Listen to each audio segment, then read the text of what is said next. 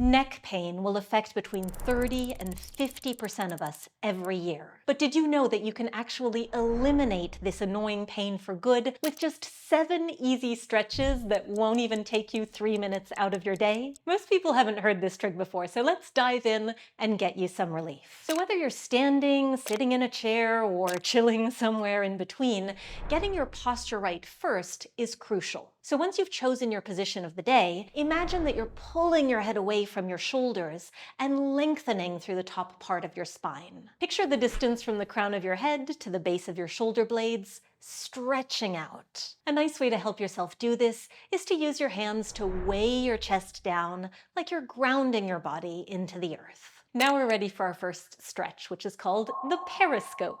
Here we're going to rotate our head from side to side like a periscope scanning the horizon. Keep your chin at the same level here, isolating the movement to just the neck, which will not only give our muscles a good stretch, but will also kind of help loosen the bones in the cervical spine or top part of the spine. And don't let the chest turn with you here. Remember, you're just a periscope. The whole submarine isn't actually changing direction.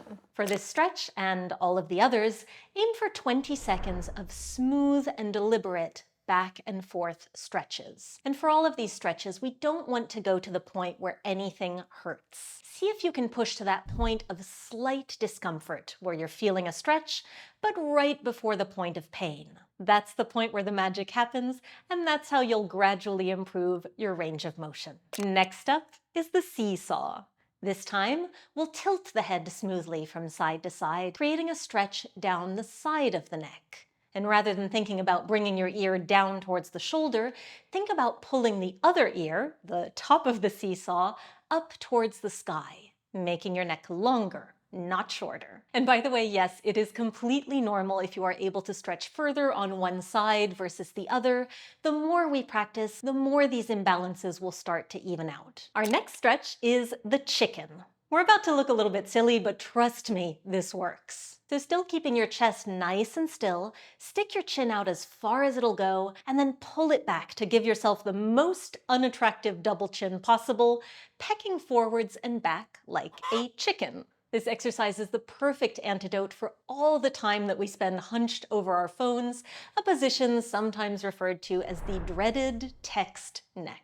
After this comes the half-eaten cookie. By the way, I made up all of these names myself. Here we'll keep that lovely double chin as we nod the head up and down, creating a semi-circular shape, kind of like a delicious cookie with one bite out of it. Imagine looking all the way up to the sky as you lift, and then all the way down to your chest as you lower, making sure to keep your chin tucked in and your body nice and still. It's worth noting as well that for all of these stretches, we want the top and bottom teeth to remain gently together but not clenched. This will help ensure that we avoid transferring any tension from the neck to the jaw.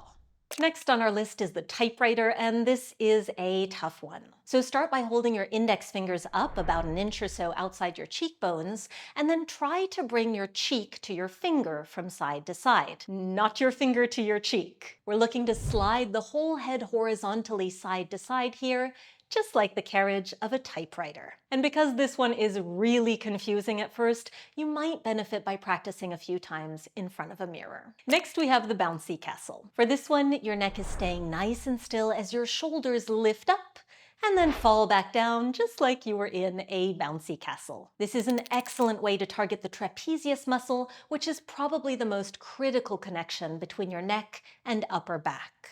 And finally, we have the roller coaster, where we will try to draw a sideways figure 8 with the nose. This is basically a fun combination of all of the previous stretches put together to smooth things out and catch any leftover tension. So really exaggerate the motion here as you revisit each of the 6 previous movements. Trust me, after about a week or so of these stretches, you will feel like you have a brand new neck.